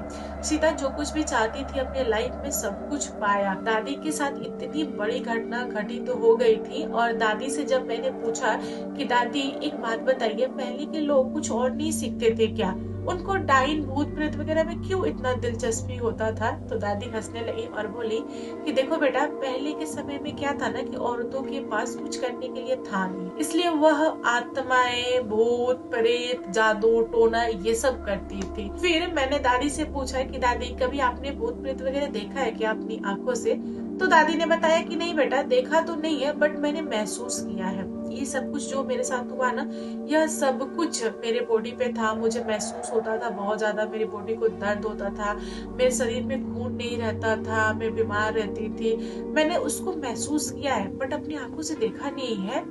तो दादी की ये बातें मेरे रोंगटे खड़े कर गई। आज की कहानी सचमुच में घटित और बहुत ही ज्यादा रूह कपा देने वाली कहानी है। आप पूरी कंप्लीट वीडियो देखोगे तो आपके रोंगटे खड़े हो जाएंगे। दोस्तों, आज की जो कहानी है वो आज मैं नहीं, मेरी मम्मी सुनाएगी, और मम्मी लेके आई है एक ऐसे जीन की कहानी जिसके बारे में शायद बहुत कम लोग जानते होंगे। जो जीन होते हैं ना, बहुत ही ज्यादा खतरनाक होते हैं और उनके 7-8 रूप होते हैं। तो मम्मी एक ऐसी ही जीन की कहानी बताने वाली है।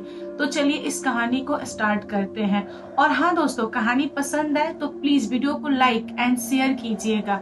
अगर आप लोग चाहते हैं कि इसी टाइप के मैं बहुत ही ज्यादा भूतिया स्टोरी लेके आऊं, तो आपको मेरे चैनल को सब्सक्राइब करना पड़ेगा।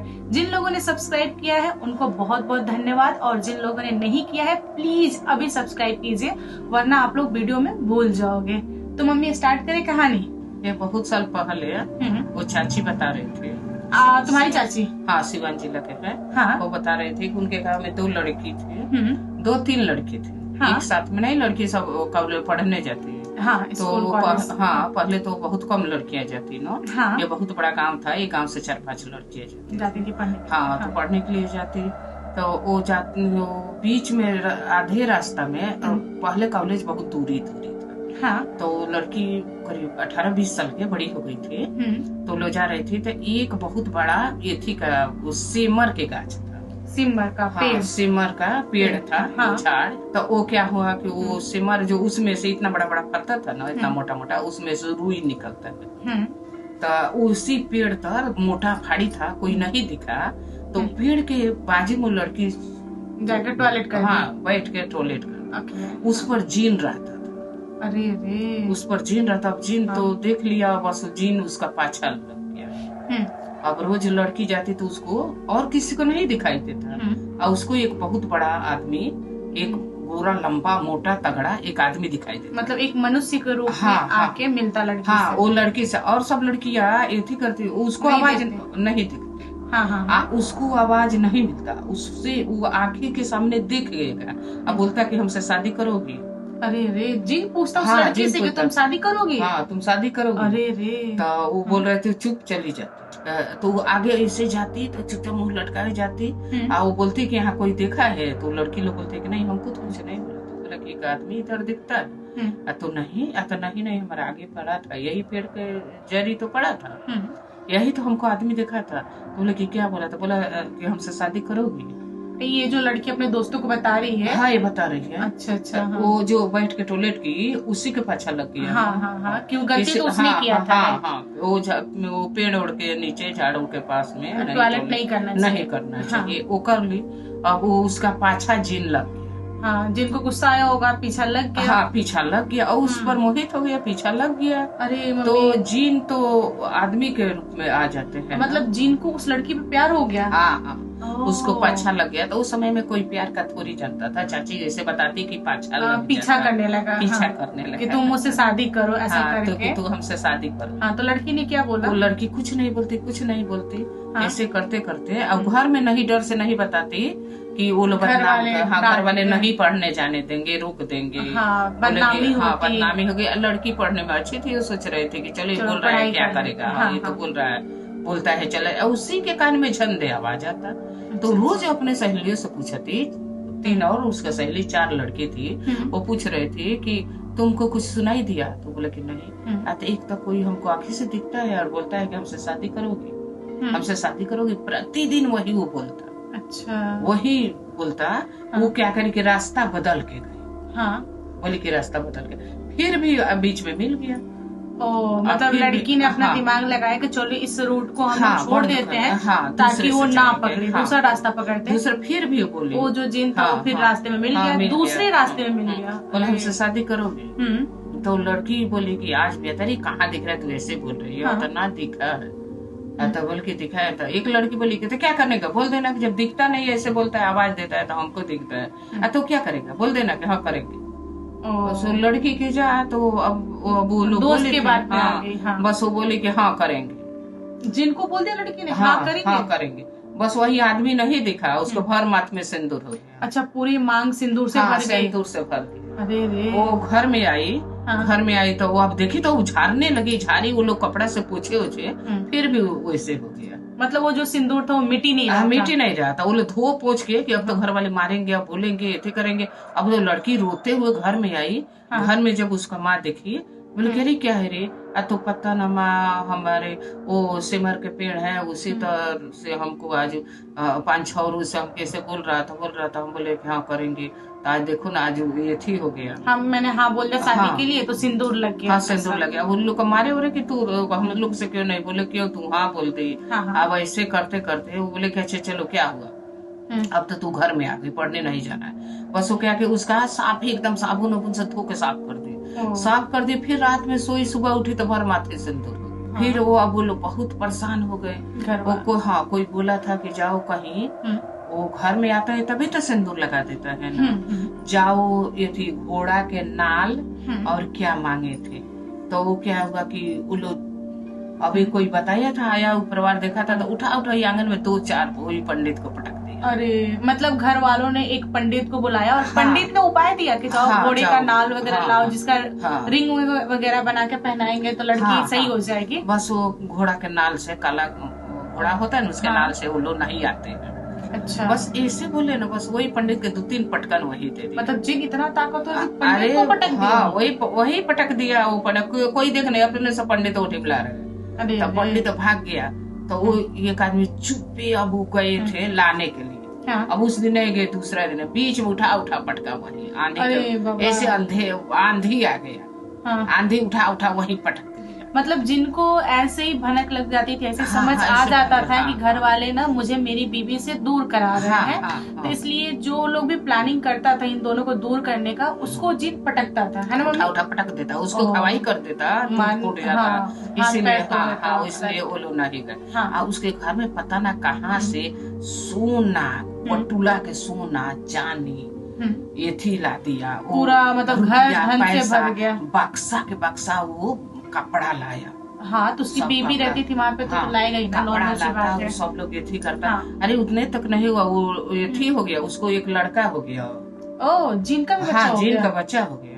बताइए। जीन का बच्चा हो गया, वो बच्चा खेलने जाता ना, और उससे शादी कौन करेगा? ऐसे रोती रहती, घर में रहती। अब वो करेगा, अब वो क्या कर, उसके बच्चे के कोई छूता नहीं, कोई मार देगा ना तो वो आदमी का तुरंत आकर वहीं उठा उठा पटकने लगता। मतलब जिनको अपने बच्चे से इतना प्यार था कि कोई भी उस बच्चे को टच करता, जिन उसको तो मारता। आके उठा उठा पटकता, मारता कि उन लोग का गाल लाल हो जाता है, कोई दिखाई नहीं देता। मतलब जिनको इतना अपने बच्चे से प्यार था, इतना वो करता था। वो लड़की के भाभी का, अच्छा, लड़की के भाभी का लड़की के बच्चा हुआ था, और लड़की तो अब यही रह गई, शादी नहीं हुआ। अब शादी नहीं हुआ, शादी तो कर लिया, तो उससे शादी कौन करेगा? बात तो अब क्या किया कि उसको लड़का हो गया। तो ये वो बोला था कि जितना कपड़ा हम दिए, एक कपड़ा दूसरे को नहीं देने का। अच्छा, तो लड़का हुआ तो एक साड़ी निकाल के, जो धागरीन काम करने आती है ना बच्चे को नहलाने उहलाने, तो बोला था जब दिया था तो ये बोला था कि एक कपड़ा और एक गहना रुपया एक किसी को नहीं देने का, मतलब जिन कपड़ा नहीं देने का। जिन ने अपनी वाइफ को बोल रखा था कि मैं जितनी भी संपत्ति कपड़ा देता हूँ, ये कपड़ा किसी को नहीं देने का, किसी को मत देना। बट जिनकी वाइफ ने गलती कर दिया, उसको भाभी घर में वो लोग सब लोग पहनते, भाभी पहनती, माँ पहनती, कोई बात नहीं। लेकिन वो धागरीन के एक साड़ी उठा के दे दिया। एक बार क्या किया कि रात में टोटल बक्सा उसको भाभी के घर में से टोटल सामान खत्म गायब कर दिया, किसी ने देखा नहीं। मतलब जिन जो था उसने शर्त रखा था कि देखो हमारा सामान तुम लोग घर में यूज करो, संपत्ति यूज करो, चलेगा, मतलब घर वाले करे चलेगा, लेकिन घर से बाहर नहीं जाना चाहिए। और यहाँ पे जिन की वाइफ ने ये गलती कर दिया कि एक जो कपड़ा था ना, वो जो काम करने आती है, उसको जिन की वाइफ ने खुशी में दे दिया कि हमारे यहाँ भतीजा हुआ है। तो जिन इतना गुस्सा आ गया कि सारा का सारा सामान गायब कर दिया, गायब कर दिया। कोई नुकसान नहीं पहुंचाता, वो घर में आएगा, भुदुर भुदुर बतियाएगा, उसके बाद कोई दरवाजा बंद हो जाता। अब आता तो ऑटोमेटिक दरवाजा बंद हो जाता, मतलब उसके अंदर पावर है मम्मी।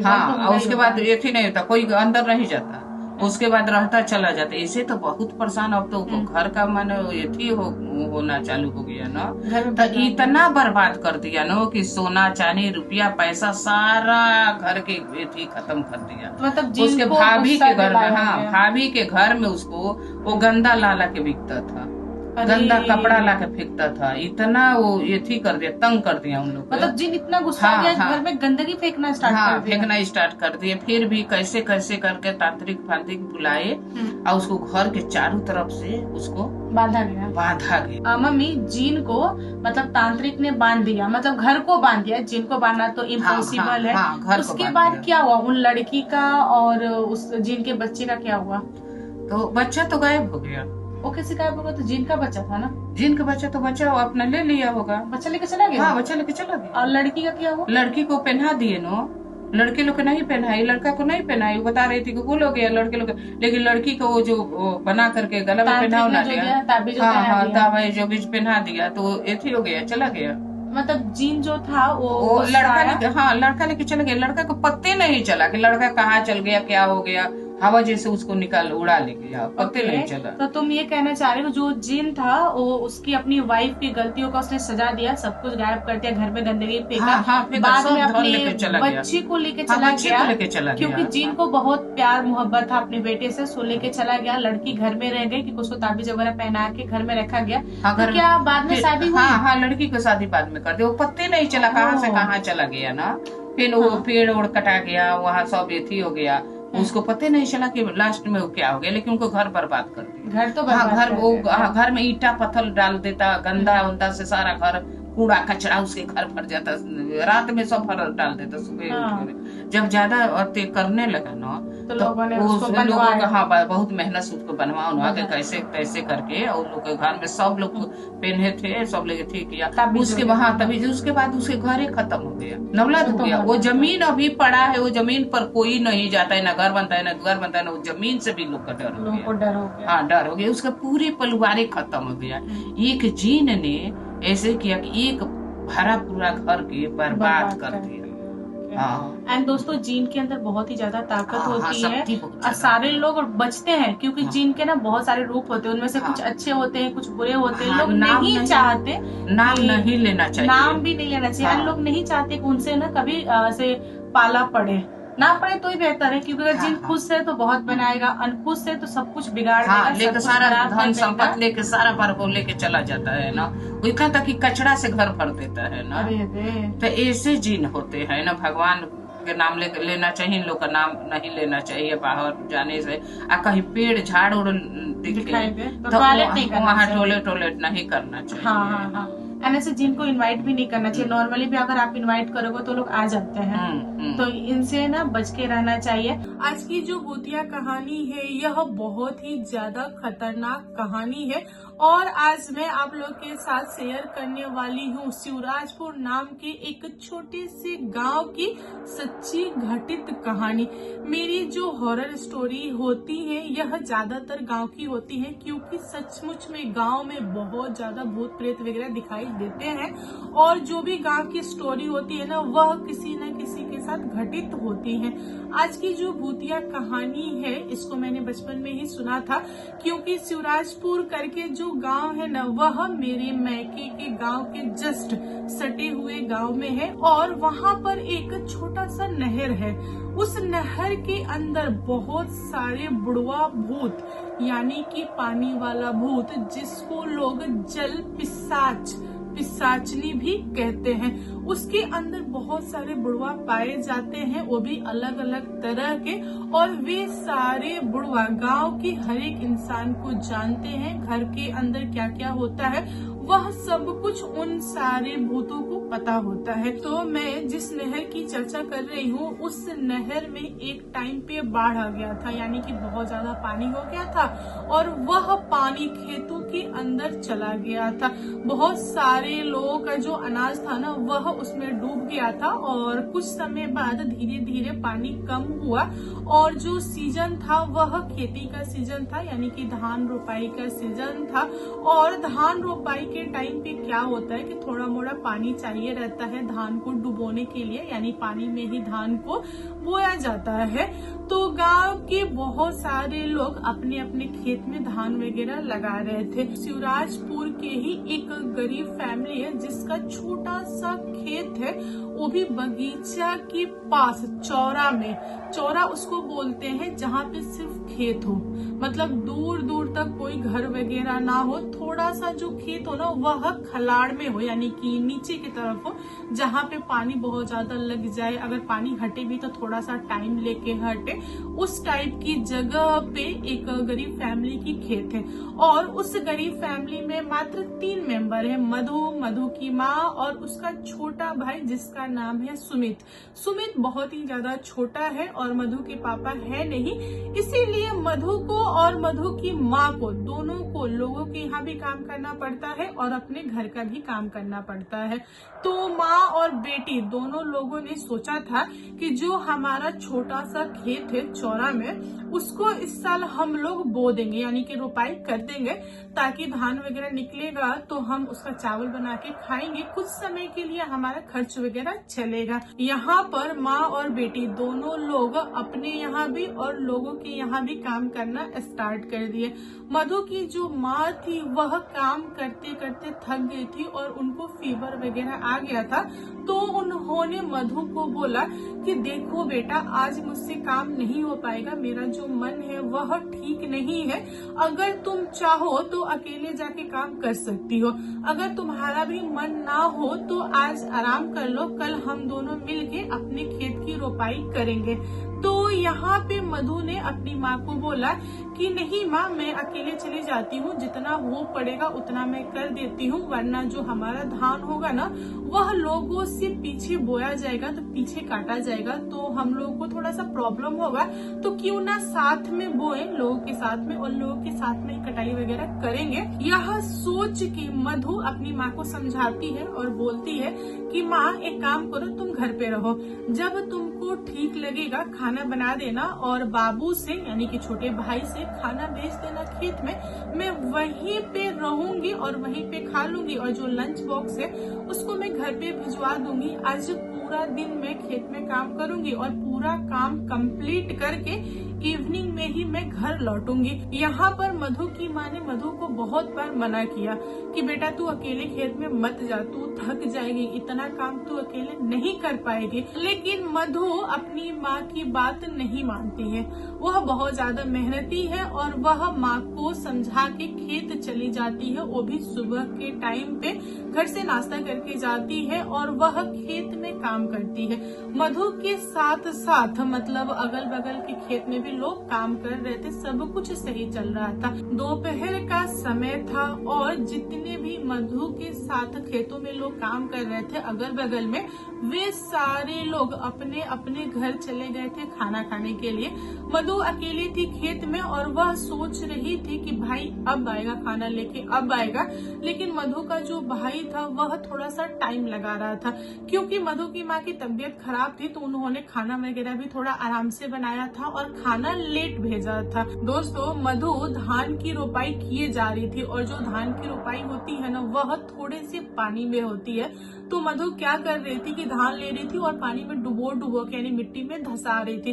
तभी उसको अचानक से एक आवाज सुनाई दिया और जो आवाज था ना वह बुलबुले वाला था। होता है ना कि पानी में बुलबुल बुलबुल करता रहता है, उस टाइप का। तो उसने अगल बगल देखा, कुछ भी दिखाई नहीं दिया। फिर वह पीछे मुड़ के देखी तो वहां पर भी कुछ भी दिखाई नहीं दिया।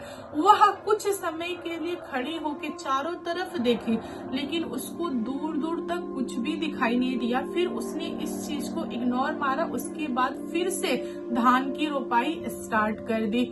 हुआ क्या, कुछ समय बाद उसको फिर से बुलबुले की आवाज सुनाई दी।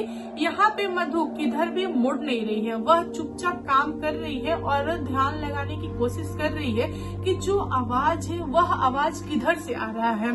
फिर मधु को महसूस हुआ कि जहाँ पर वह धान रोप रही है यानी कि नीचे डुबो रही है मिट्टी में, उसके जस्ट पीछे ही एक बुलबुला उठ रहा है उसके पैर के पीछे। जैसे ही मधु पीछे मुड़ी यह देखने के लिए कि पीछे क्या चल रहा है, तभी अचानक से कोई चीज उसको पकड़ा और उसको उल्टा करके मिट्टी में धंसा दिया। मधु को कुछ भी नहीं समझ में आया कि उसके साथ क्या हो रहा है। उसको सांस नहीं लिया जा रहा है, वह धीरे धीरे मिट्टी के अंदर धंसते जा रही है। उसका जो भी पार्ट मिट्टी के बाहर था, जैसे कि हाथ बाहर था, पैर बाहर था, वह छटपटा रहा था। धीरे धीरे वह भी मिट्टी के अंदर जाने लगा। इतने में ही मधु का भाई लंच लेके पहुंचा खेत के पास, तो उसने पाया कि उसकी जो बहन है वह दूर दूर तक कहीं भी दिखाई नहीं दे रही है। वह लड़का खेत के पास खड़ा होके बहन को आवाज लगा रहा है, लेकिन उसने अपनी बहन को नहीं पाया। फिर उस बच्चे ने सोचा कि बहन जो मेरी है वह कहीं बाथरूम के लिए इधर उधर गई होगी और उसने धान का थोड़ा सा बिया रखा हुआ है, तो क्यों ना इसको मैं भी मिट्टी में धंसा दूं। वह बच्चा आगे बढ़ा, तभी उसके पैर के नीचे कुछ आया। फिर उस बच्चे ने थोड़े से पानी में हाथ लगा के देखा कि यहाँ पे क्या है, मुझे क्या चुभ रहा है। तभी उसने पाया कि उसकी बहन का जो पैर है ना, उसकी जो फिंगर है पैर के, वह उसके हाथ में आ गए। यहाँ पर वह बच्चा लगा चिल्लाने और पानी से निकल के लगा भागने। तभी वह बुलबुला उस बच्चे के पीछे भी पड़ गया। बच्चा आगे आगे, बुलबुला पीछे पीछे। जो बच्चा था वह उस पानी के बुलबुले से बहुत ज्यादा डर चुका था, इसीलिए बहुत ही रफ्तार में भाग रहा था और आखिरकार उस बच्चे ने अपने खेत के लाइन को क्रॉस कर दिया। कुछ लोग बहुत ही ज्यादा दूर काम कर रहे थे, उनके कानों में आवाज पड़ी तो वे सारे लोग अपना काम रोक के चारों तरफ देखने लगे। तभी उन लोगों ने पाया कि एक बच्चा बहुत तेज का भाग रहा है और चिल्ला रहा है। फिर सारे लोग उस बच्चे के पास इकट्ठा हो गए और पूछे कि बेटा क्या हुआ है, बताओ। बच्चा का जो सांस था इतना ज्यादा फूल चुका था कि वह कुछ भी नहीं बोल रहा था, वह इशारा कर रहा था कि मेरी बहन का पैर वहाँ पे है। लोगों ने बच्चा को शांत किया, उसके बाद पूछा कि बेटा बताओ कि आखिर बात क्या है। फिर बच्चे ने बताया कि जो मेरी दीदी है उसका पैर उस खेत में पड़ा हुआ है, मैंने देखा है, जो दीदी है वह मिट्टी में धंस चुकी है, पता नहीं कैसे, मुझे नहीं पता चला, मैंने सिर्फ उसके पाँव की फिंगर देखे हैं। यहाँ पर वे सारे लोग समझ गए कि एक्चुअल में क्या हुआ है, क्योंकि गांव के लोग थे और गांव के लोगों को इन सारी चीजों के बारे में अच्छे से जानकारी होती होती है। फिर सारे लोग इकट्ठा हुए, लाठी डंडा वगैरह लिए। उसके बाद वे लोग गए खेत में और बच्चा से पूछे कि बाबू कहाँ पर तुमने देखा था अपनी दीदी के पैर के फिंगर। बच्चा चारों तरफ घूमा लेकिन कहीं भी उसने अपनी दीदी के पैर के फिंगर नहीं पाया। वह और भी रोने लगा और बोला लोगों से कि नहीं, मेरी दीदी यहीं पे थी, मुझे पता है, मैंने उसके ना फिंगर टच किए थे, मैंने देखा है, मेरी दीदी यहीं पे थी, आप लोग ढूंढिए। लोगों ने उस बच्चे की बात मानी और चारों तरफ लोगों ने देखा लेकिन कहीं भी कुछ भी निशान नहीं था। दोस्तों, गांव के उन सारे लोगों में एक बुजुर्ग इंसान थे। उन्होंने सबको शांत कराया और बोला कि देखो, तुम लोग इधर उधर मत भागो, तुम लोग बस यह ध्यान दो कि यह छोटा बच्चा कहाँ पे खड़ा था और कहाँ से भागने की कोशिश किया है। उसके जो पैर के निशान है ना, उसको देखो, उसको फॉलो करो, तभी जाके तुम लोग को पता चलेगा कि वह बच्चा कहाँ से भागा है, यानी कि उसकी जो बहन है वह कहाँ पे धसी हुई है। लोगों ने ठीक ऐसा ही किया। थोड़ी देर बाद लोगों को पता चल गया कि जो बच्चा है उसकी बहन यानी कि मधु कहाँ पे धसी है। लोगों ने वहां पे खुदाई किया और मधु को बाहर निकाला। जो मधु थी उसकी बहुत ही ज्यादा कंडीशन खराब थी, उसको सांस नहीं आ रहा था, लगभग वह बेहोश टाइप से थी। फिर लोगों ने मधु को घर पे लाया, उसके बाद उसका इलाज वगैरह हुआ। उसके बाद लोगों ने मधु से सवाल जवाब वगैरह किया कि तुम्हारे साथ यह सब कुछ कैसे हुआ। तब लड़की ने बताया कि मैं पीछे मुड़ के उस बुलबुला को देखने गई, तभी वह बुलबुला अचानक से बड़ा हो गया और आधा इंसान था, आधा मुझे जानवर टाइप से लग रहा था। उसका जो सर था ना, वह नीचे की तरफ झुका हुआ था, उसका ज्यादातर धड़ यानी कि यहाँ तक दिख रहा था। उसके जो फिंगर थे काफी बड़े बड़े थे और उसने मुझे दबोच लिया, मुझे पकड़ लिया और उल्टा करके मुझे मिट्टी में धंसा दिया। मुझे नहीं पता चला कि वह कौन है। कुछ ही सेकंड में उसने मुझे अंदर धंसा दिया। दोस्तों, मधु की माँ बहुत ज्यादा डरी हुई थी, घबराई हुई थी। वह गांव के बुजुर्गों से पूछी कि क्या वह बुढ़वा भूत दोबारा मेरी बेटी के पीछे आएगा, मेरी बेटी को दोबारा नुकसान तो नहीं न पहुंचाएगा। क्योंकि मैंने सुना है कि जो भूत प्रेत एक बार किसी इंसान के पीछे पड़ जाते हैं वह उस इंसान को नहीं छोड़ते, उसको मार के ही छोड़ते हैं। क्या मेरी बेटी आगे सही सलामत रहेगी या फिर मुझे किसी तांत्रिक बाबा वगैरह के पीछे भागना पड़ेगा? तब गांव के बुजुर्गों ने उनको बताया और समझाया कि देखो बेटा, तुम डरो मत, तुम घबराओ मत, तुम्हारी बेटी के साथ जो होना था वह हो चुका है। हम सभी को पता है कि बुढ़वा भूत को अगर कुछ करना होता है तो वह तुरंत करता है, तत्काल में करता है, वह बाद के लिए कुछ भी नहीं छोड़ता। अगर वह किसी इंसान को पाएगा तो एक झटके में ही उसे मार देगा। अगर तुम सोच रही हो कि वह दोबारा आएगा तो यह संभव नहीं है। तुम्हारी जो बेटी है वह खेत में अकेली मिल गई थी, इसीलिए उसने यह सब कुछ किया, नहीं तो वह तुम्हारी बेटी को कभी भी हाथ नहीं लगा सकता।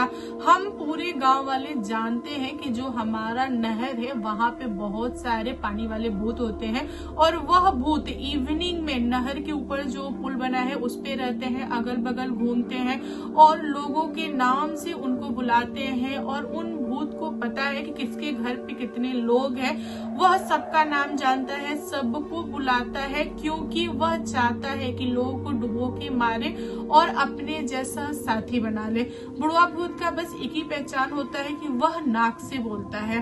अगर वह चाहे तो किसी का भी रूप लेके सामने आ सकता है और उसको ना पानी बहुत ज्यादा पसंद है, इसीलिए वह पानी के आसपास ही रहेगा। गांव के बुजुर्गों ने मधु को समझाया कि देखो बेटा, आज के बाद से तुम कभी भी अकेले कहीं भी मत जाना, खास करके पानी वाले इलाके में, क्योंकि बुढ़वा भूत को पता चल गया है तुम्हारे बारे में। अगर तुम नहर के अगल बगल में इवनिंग में, मॉर्निंग में या सुनसान टाइम पे पाई गई तो वह दोबारा अटैक करेगा, वरना वह तुम्हारे घर ऐसे तो नहीं आएगा। इसीलिए तुम अकेले मत निकलना, तुम उनके निशाने पर हो। यह सब कुछ सुनने और जानने के बाद से मधु को और मधु की माँ को थोड़ी सी शांति मिले, उन लोगों ने इस चीज को अपने ध्यान में रखा और उस दिन के बाद से कभी भी मधु अकेले इधर उधर नहीं गई।